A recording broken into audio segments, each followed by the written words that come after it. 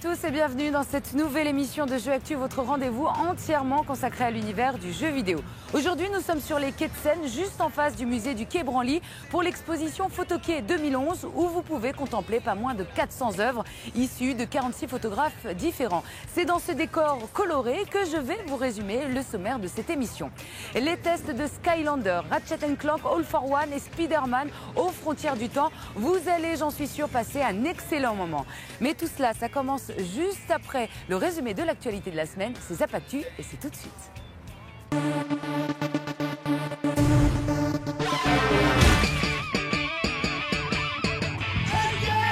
Salut et bienvenue dans cette nouvelle édition de Zap Actu, le meilleur de l'actualité de ces derniers jours. Et voici tout de suite, sans plus attendre, ce qu'il ne fallait pas manquer.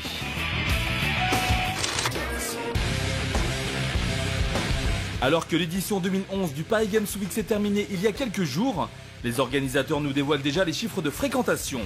Avec 180 000 visiteurs en 5 jours d'exploitation, ces résultats sont bien supérieurs à ceux estimés, puisque Jean-Claude Larue, délégué général du CEL, tablait sur 150 000 visiteurs au total. On vous rappelle d'ailleurs que la première édition du Paris Games Week avait enregistré 120 000 visiteurs l'année dernière. La preuve que le salon est en passe de devenir un événement majeur du jeu vidéo. Afin de bien profiter des fonctionnalités gyroscopiques de la 3DS, le fabricant japonais Ori a prévu de sortir un volant pour Mario Kart 7. L'accessoire en plastique se greffera directement sur la console portable de Nintendo par le bas, afin de laisser ressortir deux appendices qui permettront aux joueurs de prendre la 3DS comme un véritable volant. Reste à savoir maintenant si l'engin sera vraiment utile ou aussi anecdotique que celui de Mario Kart Wii. Le prix de ce volant est fixé à 1280 yens, soit environ 12 de nos euros.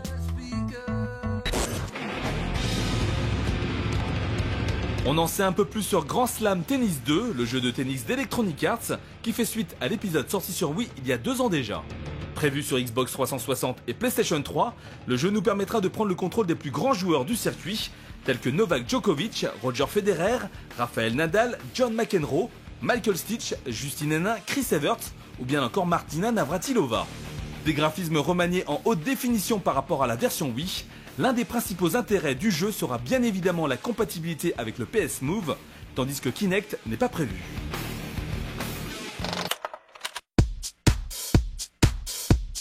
Le premier test de l'émission est consacré à Skylanders Spyro's Adventures, un jeu vidéo pour le moins original puisqu'il fait appel à des jouets pour se compléter. Concrètement, en achetant des figurines en plastique, vous pouvez jouer avec en les scannant directement dans votre console. Si, ça marche, regardez.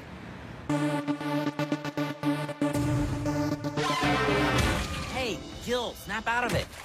The mirror to those clouds looks super evil. It's chaos. Petit dragon violet qui a vu le jour sur la première PlayStation, Spyro a depuis parcouru beaucoup de chemins. Après avoir fait ses preuves sur PlayStation 2, le voici qui revient pour la deuxième fois sur Xbox 360 et PlayStation 3 dans une aventure qui se veut différente. Vendu en effet comme un jeu vidéo jouet, Skylanders Spyro's Adventures se distingue par la possibilité d'incarner plusieurs personnages à scanner après avoir acheté des figurines en plastique. L'intérêt de ce principe est double. Offrir une expérience interactive entre les monstres achetés et le jeu vidéo, mais également mettre en place une communauté qui s'échange dans la cour de récré leurs figurines et autres cartes de collection. L'interactivité va plus loin avec la création d'un site internet sur lequel les joueurs ont accès à des mini-jeux via des codes à taper. Toutefois, Skylanders Spyro's Adventures reste un vrai jeu vidéo qui comporte un mode histoire dans lequel le monde de Skyland, un univers constitué d'îlots flottants, est attaqué par un abo furieux et assoiffé de pouvoir. Craignez tous ma tête flottante! Voyez, j'avais bien dit que la tête ne faisait pas assez peur. Celui-ci s'attaque au cœur de lumière, machine permettant d'éloigner les ténèbres, et décide de le détruire. Cette action envoie donc les Skylanders sur notre planète, les transformant ainsi en statues. What? Where am I? Who are you? Spyro! Hey! Jill, Trig! You guys look like toys. But we got us a portal! Bien que simpliste, le scénario s'inscrit parfaitement dans le concept interactif mis en place par les développeurs. Mais ce qui fait la force de Skylanders Spyro's Adventures, c'est son gameplay fouillé. Nos créatures sont ainsi réparties en fonction de 8 éléments, air, eau, feu, mort, vie, magie, terre et tech, et bénéficient donc chacune d'attaques spéciales. C'est là que l'interaction entre le socle de téléportation gagne en importance. En effet, dans chaque monde visité, les occasions de changer de personnage en les plaçant sur le périphérique ne manquent pas. À la manière d'un Pokémon, nos Skylanders peuvent apprendre de nouvelles techniques et possèdent un niveau qui leur est propre. Côté jouabilité, Skylanders Spyro's Adventures est indéniablement un jeu destiné aux enfants. La prise en main est intuitive et la difficulté est bien dosée pour ne pas rester bloqué trop longtemps. Défi héroïque accompli. Excellent travail. En choisissant la voie du jeu vidéo interactif, Activision donne un nouveau souffle à la licence Spyro, qui ravira sans nul doute les jeunes joueurs. La note jeu actu, 15 sur 20. And now, Skylanders, I shall defeat you. No! Hold on!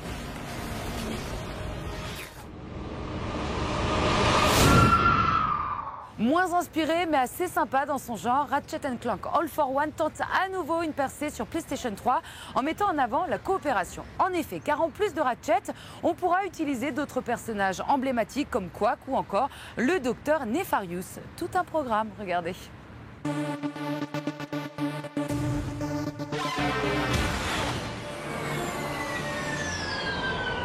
Regardez-le, n'est-il pas mignon plongé dans un paisible cryo-sommeil?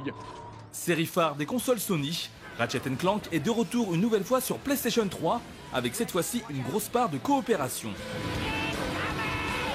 Baptisé logiquement Ratchet & Clank All for One, le jeu d'Insomniac vous propose donc de prendre le contrôle de Ratchet et de Clank bien entendu, mais également du Capitaine Quark et du Docteur Nefarious. Tu ne paierais rien pour attendre. Je vais t'arracher la tête. Un groupe de héros bien soudés qui va devoir se venger du pas très sympathique Spock. Are you ready? Une aventure qui va bien sûr prendre la forme d'un mélange entre jeu de plateforme et beat'em all.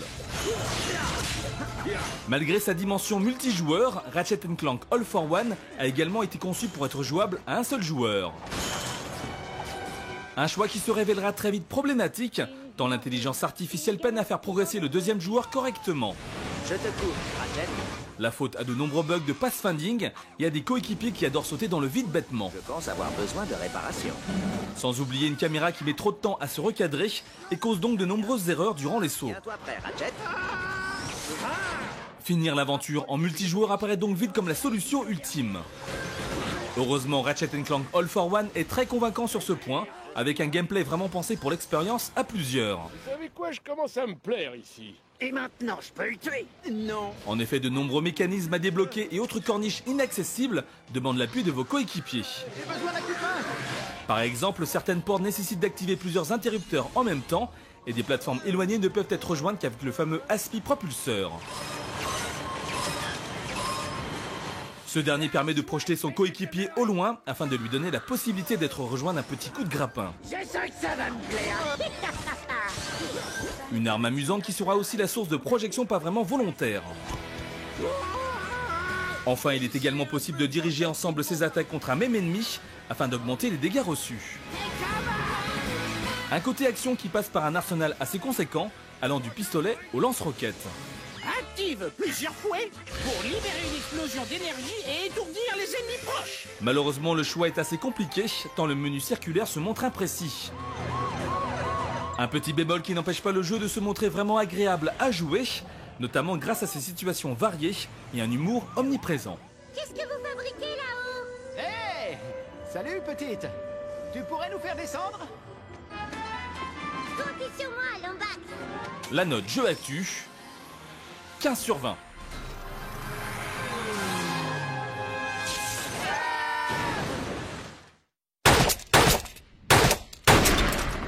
Super-héros qu'on retrouve à chaque fin d'année, Spider-Man est donc de retour pour une nouvelle aventure placée sous le signe du voyage temporel. Entre un Spider-Man du passé et celui du futur, le joueur va jongler entre les époques pour un résultat malheureusement pas terrible. Regardez.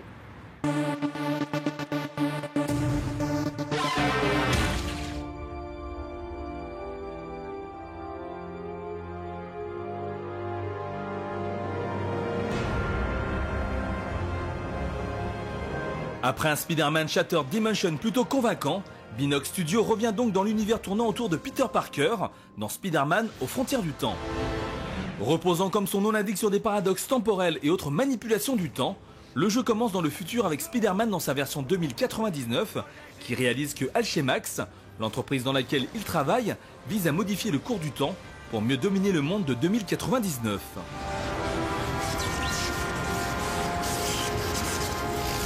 Un scénario qui va obliger l'homme araignée à aller dans le futur, mais aussi dans le passé pour changer le présent. Un concept qui s'intègre d'ailleurs directement dans le gameplay. En effet, il faudra régulièrement effectuer des modifications temporelles pour progresser dans le jeu. Miguel, ça change encore. Par exemple, le robot qui vous donnait du fil à retordre en 2099 pourra ne jamais exister si vous en détruisez les plans des années précédentes. O'Hara, j'ai détruit tout ce qui pouvait l'être. T'es encore là? Oui. Une idée très intéressante sur le papier qui reste malheureusement très mal utilisée. Tous ces changements sont scriptés et vous n'aurez finalement que très peu d'influence sur le cours du temps. Un aspect très étriqué qui se ressent également au niveau de la progression, avec un seul et même lieu durant toute l'aventure. Il faudra donc vous coltiner sans cesse les mêmes couloirs bien ternes, dans un ensemble qui manque clairement d'inspiration. D'autant que les habituels petits plaisirs comme la grimpette sur les murs ou le balancement au bout de sa toile sont gâchés par une caméra mal gérée. Malgré ces points négatifs, Spider-Man aux frontières du temps peut compter sur des dialogues vraiment amusants qui respectent totalement l'esprit du personnage de Spider-Man dans les comics. Et en plus, les gens vénèrent ce taré. Vous allez voir, ils vont nous faire une comédie musicale avec des Spider-Man poussant la chansonnette. J'aimerais bien voir ça. En revanche, les méchants sont sous-exploités et Anti-Venom ou encore Dr Octopus manquent cruellement de présence. Un comble pour les fans. Loin d'être un jeu vraiment convaincant, Spider-Man aux frontières du temps est davantage un produit dérivé pour les amoureux inconditionnels qui y trouveront peut-être de quoi s'amuser quelques heures. Tout le monde n'est pas Batman, malheureusement. La note jeu actu, 11 sur 20.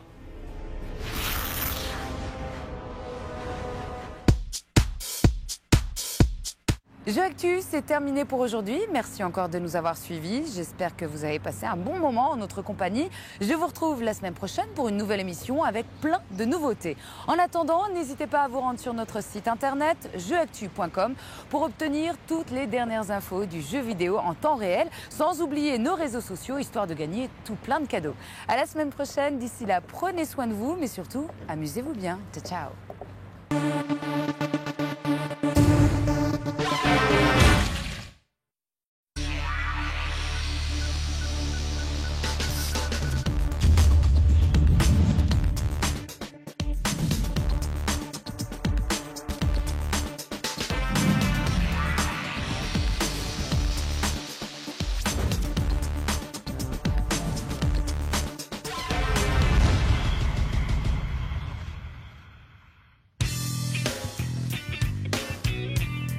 Bonjour à tous et bienvenue dans cette nouvelle émission de Jeux Actu, votre rendez-vous entièrement consacré à l'univers du jeu vidéo.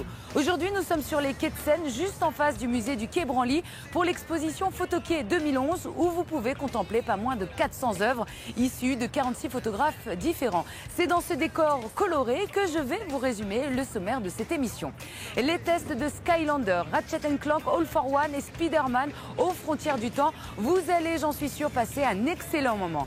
Mais tout cela, ça commence juste après le résumé de l'actualité de la semaine. C'est Zap Actu et c'est tout de suite.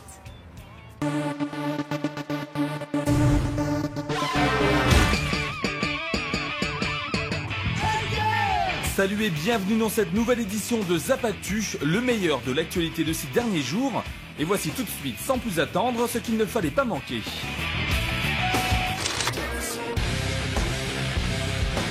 Alors que l'édition 2011 du Paris Games Week s'est terminée il y a quelques jours, les organisateurs nous dévoilent déjà les chiffres de fréquentation. Avec 180 000 visiteurs en 5 jours d'exploitation, ces résultats sont bien supérieurs à ceux estimés, puisque Jean-Claude Larue, délégué général du CEL, tablait sur 150 000 visiteurs au total.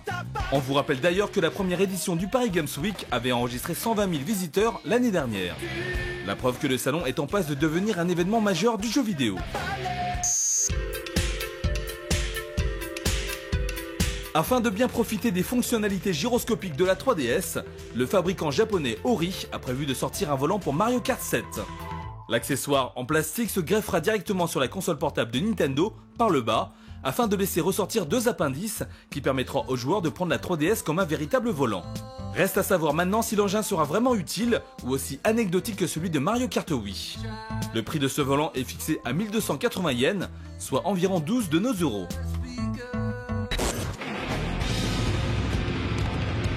On en sait un peu plus sur Grand Slam Tennis 2, le jeu de tennis d'Electronic Arts, qui fait suite à l'épisode sorti sur Wii il y a 2 ans déjà.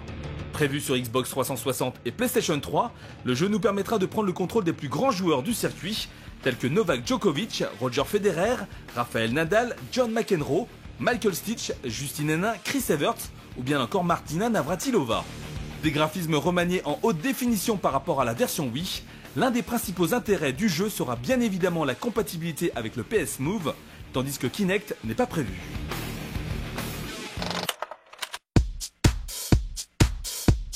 Le premier test de l'émission est consacré à Skylanders Spyro's Adventures, un jeu vidéo pour le moins original puisqu'il fait appel à des jouets pour se compléter. Concrètement, en achetant des figurines en plastique, vous pouvez jouer avec en les scannant directement dans votre console. Si, ça marche, regardez.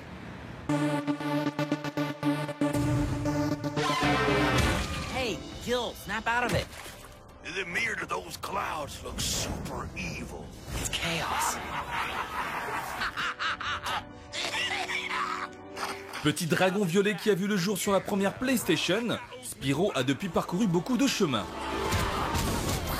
Après avoir fait ses preuves sur PlayStation 2, le voici qui revient pour la 2e fois sur Xbox 360 et PlayStation 3 dans une aventure qui se veut différente. Vendu en effet comme un jeu vidéo jouet, Skylanders Spyro's Adventures se distingue par la possibilité d'incarner plusieurs personnages à scanner après avoir acheté des figurines en plastique. L'intérêt de ce principe est double. Offrir une expérience interactive entre les monstres achetés et le jeu vidéo, mais également mettre en place une communauté qui s'échange dans la cour de récré leurs figurines et autres cartes de collection. L'interactivité va plus loin avec la création d'un site internet sur lequel les joueurs ont accès à des mini-jeux via des codes à taper. Toutefois, Skylanders Spyro's Adventures reste un vrai jeu vidéo qui comporte un mode histoire dans lequel le monde de Skyland, un univers constitué d'îlots flottants, est attaqué par un nabo furieux et assoiffé de pouvoir. Craignez tous ma tête flottante! Voyez, j'avais bien dit que la tête ne faisait pas assez peur. Celui-ci s'attaque au cœur de lumière, machine permettant d'éloigner les ténèbres, et décide de le détruire. Cette action envoie donc les Skylanders sur notre planète, les transformant ainsi en statues. What? Where am I? Who are you? Spyro! Hey! Jill, Trig! You guys look like toys. But we got us a portal. Bien que simpliste, le scénario s'inscrit parfaitement dans le concept interactif mis en place par les développeurs. Mais ce qui fait la force de Skylanders Spyro's Adventures, c'est son gameplay fouillé.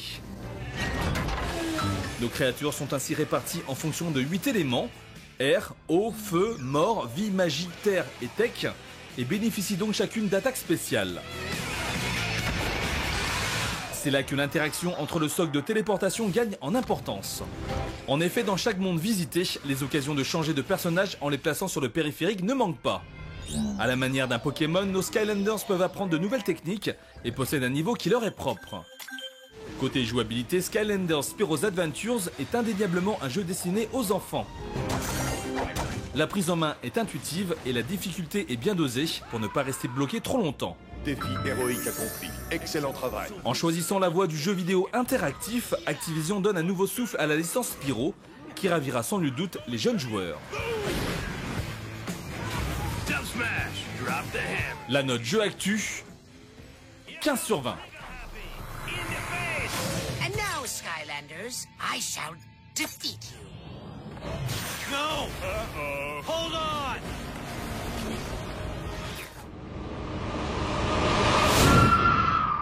Moins inspiré mais assez sympa dans son genre, Ratchet & Clank All for One tente à nouveau une percée sur PlayStation 3 en mettant en avant la coopération. En effet, car en plus de Ratchet, on pourra utiliser d'autres personnages emblématiques comme Quack ou encore le docteur Nefarious. Tout un programme, regardez.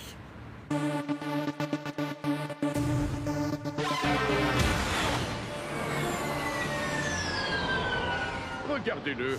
N'est-il pas mignon plongé dans un paisible cryo-sommeil? Série phare des consoles Sony, Ratchet & Clank est de retour une nouvelle fois sur PlayStation 3, avec cette fois-ci une grosse part de coopération. Baptisé logiquement Ratchet & Clank All for One, le jeu d'Insomniac vous propose donc de prendre le contrôle de Ratchet et de Clank bien entendu, mais également du Capitaine Quark et du Docteur Nefarious. Tu ne perds rien pour attendre. Je vais t'arracher la tête. Un groupe de héros bien soudés qui va devoir se venger du pas très sympathique Spock. Are you ready? Une aventure qui va bien sûr prendre la forme d'un mélange entre jeu de plateforme et beat'em all. Malgré sa dimension multijoueur, Ratchet & Clank All for One a également été conçu pour être jouable à un seul joueur. Un choix qui se révélera très vite problématique, tant l'intelligence artificielle peine à faire progresser le deuxième joueur correctement. Je te couvre, Ratchet. La faute à de nombreux bugs de pathfinding et à des coéquipiers qui adorent sauter dans le vide bêtement. Je pense avoir besoin de réparation. Sans oublier une caméra qui met trop de temps à se recadrer et cause donc de nombreuses erreurs durant les sauts. Tiens-toi prêt, Ratchet. Finir l'aventure en multijoueur apparaît donc vite comme la solution ultime. Heureusement, Ratchet & Clank All for One est très convaincant sur ce point, avec un gameplay vraiment pensé pour l'expérience à plusieurs. Vous savez quoi, je commence à me plaire ici. Et maintenant, je peux le tuer? Non. En effet, de nombreux mécanismes à débloquer et autres corniches inaccessibles demandent l'appui de vos coéquipiers. J'ai besoin d'un coup de main. Par exemple, certaines portes nécessitent d'activer plusieurs interrupteurs en même temps, et des plateformes éloignées ne peuvent être rejointes qu'avec le fameux ASPI propulseur. Ce dernier permet de projeter son coéquipier au loin afin de lui donner la possibilité d'être rejoint d'un petit coup de grappin. Je sens que ça va me plaire. Une arme amusante qui sera aussi la source de projections pas vraiment volontaires.